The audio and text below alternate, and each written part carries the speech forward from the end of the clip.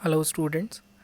इस क्वेश्चन को डिस्कस करते हैं और इस क्वेश्चन में एक्चुअली क्वेश्चन में कुछ नहीं है, काफ़ी बच्चे इसे फार्मूले से कर देंगे, बट जो वो बच्चे इस क्वेश्चन को अटैम्प्ट नहीं कर पाते बेसिकली इसका कंसेप्ट हम सीखने की कोशिश करेंगे, तो बस उनके लिए हम कंसेप्ट डिटेल में कर रहे हैं बाकी। और क्योंकि जो फार्मूला लिखते हैं हम उस फार्मूले में हमें छोटे डी और बड़े डी में भी बड़ा डाउट होता है, तो मैं जनरली बोलता हूँ कि आपको ये इसका कंसेप्ट बस ये याद रखना है कि जब भी कोई रिएक्शन होती है तो उसमें टोटल मास क्या होता है, कंजर्व होता है। तो you can use here law of conservation of mass. Law of conservation of mass बोलता है कि जो रिएक्शन में पहले मास होगा वही बाद में होगा। तो उसमें वो क्वेश्चन में बोल रहा है वेपर डेंसिटी ऑफ अनडिकम्पोज्ड N2O4। तो जैसे ही ये वर्ड बोल रहा है N2O4 अनडिकम्पोज्ड है, हमें तुरंत ये बात क्लियर हो जा रही है कि अभी बिगिनिंग में ऑब्जर्व कर रहे हैं जब N2O4 का डिकम्पोजिशन स्टार्ट नहीं हुआ है। उसके बाद ये एक इक्विलिब्रियम फॉर्म कर रहा है और बना रहा है NO2 गैस। अब व्हेन हीटेड, जब हीट कर रहे हैं तो वेपर डेंसिटी 46 से डिक्रीज़ हो गई 24.5 हो गई है क्योंकि वो डिसोशिएट हो रहा है। तो परसेंटेज डिसोसिएशन निकालना है, मींस परसेंट अल्फ़ा निकालना है। तो हमें ये भी पता होना चाहिए कि क्वेश्चन में पूछा गया है, तो क्वेश्चन में परसेंटेज अल्फ़ा पूछा है, नॉट अल्फ़ा। कई बार अल्फ़ा भी पूछ लेते हैं। तो डिसोसिएशन ऑफ N2O4 का यहाँ पे मीनिंग सिर्फ क्या है, अल्फ़ा। नाउ अब इस क्वेश्चन को सॉल्व करने का तरीका, बेसिकली एग्ज़ाम में प्रेशर इतना होता है कि थोड़ा सा डेरिवेशन करने में थोड़ा सा, या मतलब क्वेश्चन के फॉर्मूले में वैल्यूज़ रखने में थोड़ा प्रॉब्लम हो जाता है। तो जस्ट हम यही बोलेंगे कि थोड़ा सा इसमें ये ध्यान रखिए कि इनिशियली इसके 1 मोल्स हैं और अगर इसमें से अल्फ़ा मोल्स डिसोशिएट हो जाते हैं तो ये 2 अल्फ़ा हो जाता है। अब लॉ ऑफ कंजर्वेशन ऑफ मास, ये वर्ड हमने जो यूज़ किया है कि लॉ ऑफ कंजर्वेशन ऑफ मास का मतलब है जितना मास पहले था उतना ही मास बाद में है। तो वी कैन राइट, अब डिपेंड करता है आप इसे कैसे लिखना चाहते हैं। आप चाहें तो इसे लिख सकते हैं इनिशियल वेट या वेट इनिशियली, या फिर आप बोल सकते हैं वेट ऑफ रिएक्टेंट। लेकिन जब रिएक्शन क्योंकि कंप्लीट नहीं हो रही है, तो वेसल में NO2 भी प्रेजेंट है एज वेल एज N2O4 भी प्रेजेंट है। इट मीन्स बाद में जब हम वर्ड यूज़ करेंगे तो हम बोलेंगे वेट ऑफ मिक्सचर।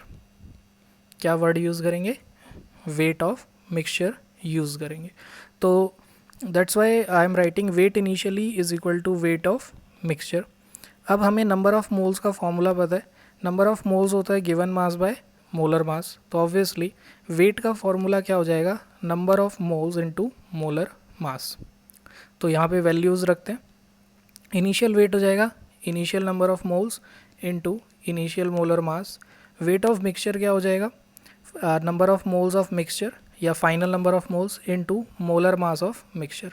अब प्रॉब्लम क्या है कि मिक्सचर का मोलर मास हम कभी भी नहीं निकाल सकते, हमेशा मिक्सचर का molar mass with the help of vapour density निकालते हैं। और हम ये फार्मूला भी लर्न, मतलब ये जो भी चीज़ें हम इस साइड लिख रहे हैं, तो आई कैन से जस्ट वो पॉइंट्स हम लिख रहे हैं जो हमें रिक्वायरमेंट है लर्न करने का। तो दूसरा पॉइंट जो हमें लर्न करना है यहाँ पे वो याद रखना है कि मोलर मास जो होता है, molar mass is always 2 into vapour density.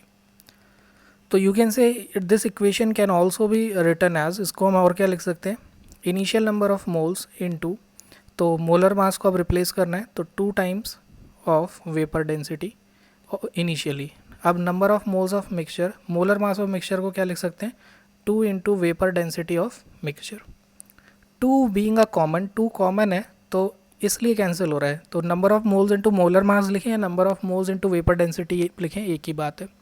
Now check करते हैं कि इनिशियली कितने मोल्स हैं। तो initially we have 1 moles, initially 1 moles हैं।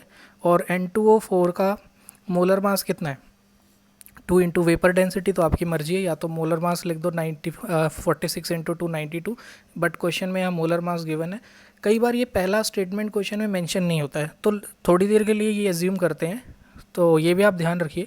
कई बार क्वेश्चन का ये फर्स्ट लाइन मेंशन नहीं होता। सपोज क्वेश्चन सीधे आपको पेपर में यहाँ से गिवन है कि जब हीट कर रहे हैं तो वेपर डेंसिटी 24.5 हो गई है, तो क्वेश्चन करिए।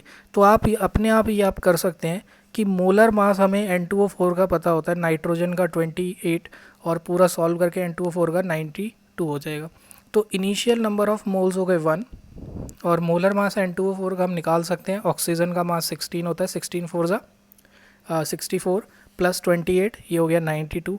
तो देखिए 92 हम खुद भी लिख देते, मतलब ये फर्स्ट लाइन मेंशन होती या नहीं होती, मतलब आपको चाहे मेंशन होता या नहीं होता कि वेपर डेंसिटी 46 है, आप तब भी इस क्वेश्चन को कर सकते थे। अब बाद में इस क्वेश्चन में क्या हो गया है, नंबर ऑफ मोल्स मिक्सचर मतलब अब मोल्स कौन कौन से प्रेजेंट हैं, हमारे पास मोल्स प्रेजेंट है सॉल्यूशन में, एक N2O4 के मोल्स प्रेजेंट है 1 माइनस अल्फ़ा और NO2 का मोल्स प्रेजेंट है 2 अल्फ़ा। टोटल मोल्स के लिए हमें क्या करना पड़ेगा, इसको ऐड करना पड़ेगा, तो 1 minus alpha plus 2 alpha into vapour density कितनी है 24.5। अब देखिए ये क्वेश्चन को गलत करने का तरीका आ गया। देखिए आप यहाँ जो गलती कर सकते हैं, यहाँ 92 लिख रहे हो मोलर मास, इधर वेपर डेंसिटी, अगर आपने इधर वेपर डेंसिटी लिखा है तो इधर भी 92 की जगह वेपर डेंसिटी ही लिखोगे 46। तो अब आपको ये ध्यान रखना है कि क्वेश्चन में कुछ भी मेंशन नहीं है तो वेपर डेंसिटी अपने आप 46 लिख दोगे। कैसे, क्योंकि आपने ये फार्मूला याद किया है, molar mass is 2 into vapour density, और रिएक्टेंट वाले केस में आप डायरेक्ट लिख सकते हो, ऐसा नहीं कि आपको पता होना चाहिए।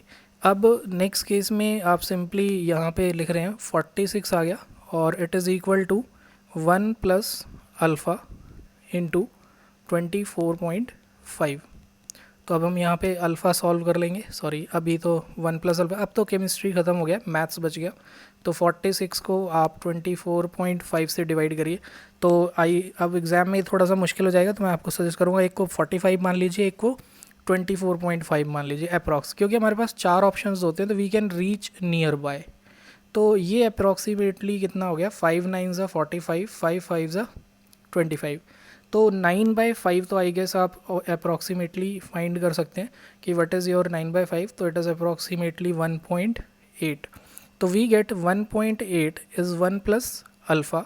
तो अल्फ़ा कितना आ गया 1.8 माइनस 1, अल्फ़ा आ गया हमारे पास 0.8।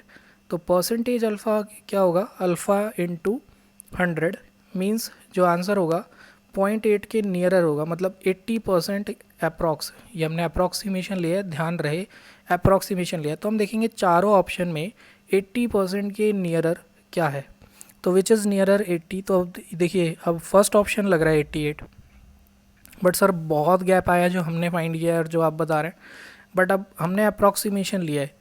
तो अगर आप डिटेल में करेंगे तो इसको सॉल्व करके यही आएगा, अगर आप 46 को 24.5 से डिवाइड करेंगे। आंसर में चेंज क्यों आ रहा है, क्योंकि बहुत ज़्यादा चेंज क्यों आ रहा है इसको डिस्कस कर लेते हैं मैथमेटिकली। बहुत ज़्यादा चेंज आने का रीज़न है कि 46 हमने इसको डिक्रीज़ किया है और इसको इंक्रीज़ किया है, इसलिए एरर बढ़ गया, क्योंकि नुमरेटर बढ़ाया तो हमारा आंसर छोटा हो गया, वो बढ़ गया, और ऊपर से डिनोमिनेटर बढ़ाया और नुमरेटर बढ़ाया, दोनों चीज़ें अप्रॉक्सीमेशन ज़्यादा हो गई, एक को बढ़ाते एक को घटाते तो near by answer. But still देखिए 80% देख के अगर आप टिक कर रहे हैं 87.75 तो हमारा आंसर सही आएगा। और आप कैलकुलेटर से करके देख सकते हैं कि 46 को अगर आप 24.5 से डिवाइड करेंगे तो आपका आंसर 0.88 के आसपास ही आएगा। You can do it by using your calculator. I hope इस क्वेश्चन का डेरिवेशन में समझाने में आपको समझा पाया हूँ कि मैंने बेसिकली ड्राइव कैसे किया है लॉ ऑफ कंजर्वेशन ऑफ मास। आप इस टेक्निक से करेंगे तो क्वेश्चन में कन्फ्यूज़न नहीं आएगा। एंड यस आप फॉर्मूला भी यूज़ कर सकते हैं, जैसे कि वेरी कॉमन फॉर्मूला है हमारे पास कि कैपिटल डी, मतलब अगर इसी से ही हम ड्राइव करें, जैसे डी 46 है तो वेपर डेंसिटी कैपिटल डी और इसके बाद 24.5 के small d, it is equal to, अब यहाँ पे जो 1 माइनस अल्फ़ा 2 की वैल्यू n अल्फ़ा हो जाएगा। तो आप क्या कर सकते हैं, इस इक्वेशन को लिख सकते हैं यहाँ से आप इसे लिख सकते हैं कैपिटल D बाई डी 1, और यहाँ से अल्फ़ा कॉमन ले लेते हैं, अगर हम अल्फ़ा कॉमन लेंगे तो क्या आएगा n माइनस 1। तो 1 प्लस अल्फ़ा अगर हम लिखेंगे n माइनस 1, ये जितने भी मोल्स हैं, तो यहाँ से हमारे पास अल्फ़ा क्या आ जाएगा D by D minus 1 n minus 1 alpha. तो वी गेट, यहाँ से हमारे पास अल्फ़ा का फॉर्मूला भी आता है d by D minus 1 divided by 1 n minus 1।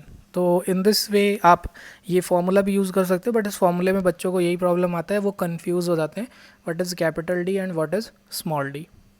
तो आप इस फॉर्मूले से भी कर सकते हो, और वैसे इस कन्फ्यूज़न को दूर करने का भी तरीका है, बड़े डी का मतलब बड़ी डेंसिटी लिखनी है, छोटे डी का मतलब छोटी डेंसिटी लिखनी है, और ऑलवेज जो है ये भी डाउट आता है कि कैपिटल डी ऊपर आएगा स्मॉल डी, बड़े लोग ऊपर रहते हैं छोटे लोग नीचे रहते हैं, तो क्या कैपिटल डी ऊपर आएगा और स्मॉल डी नीचे आएगा।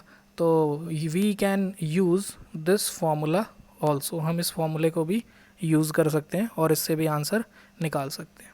तो आप दोनों तरीके से ट्राई कर लीजिए, जो आसान लगे उससे आप क्वेश्चन सॉल्व कर लीजिए। Thank you.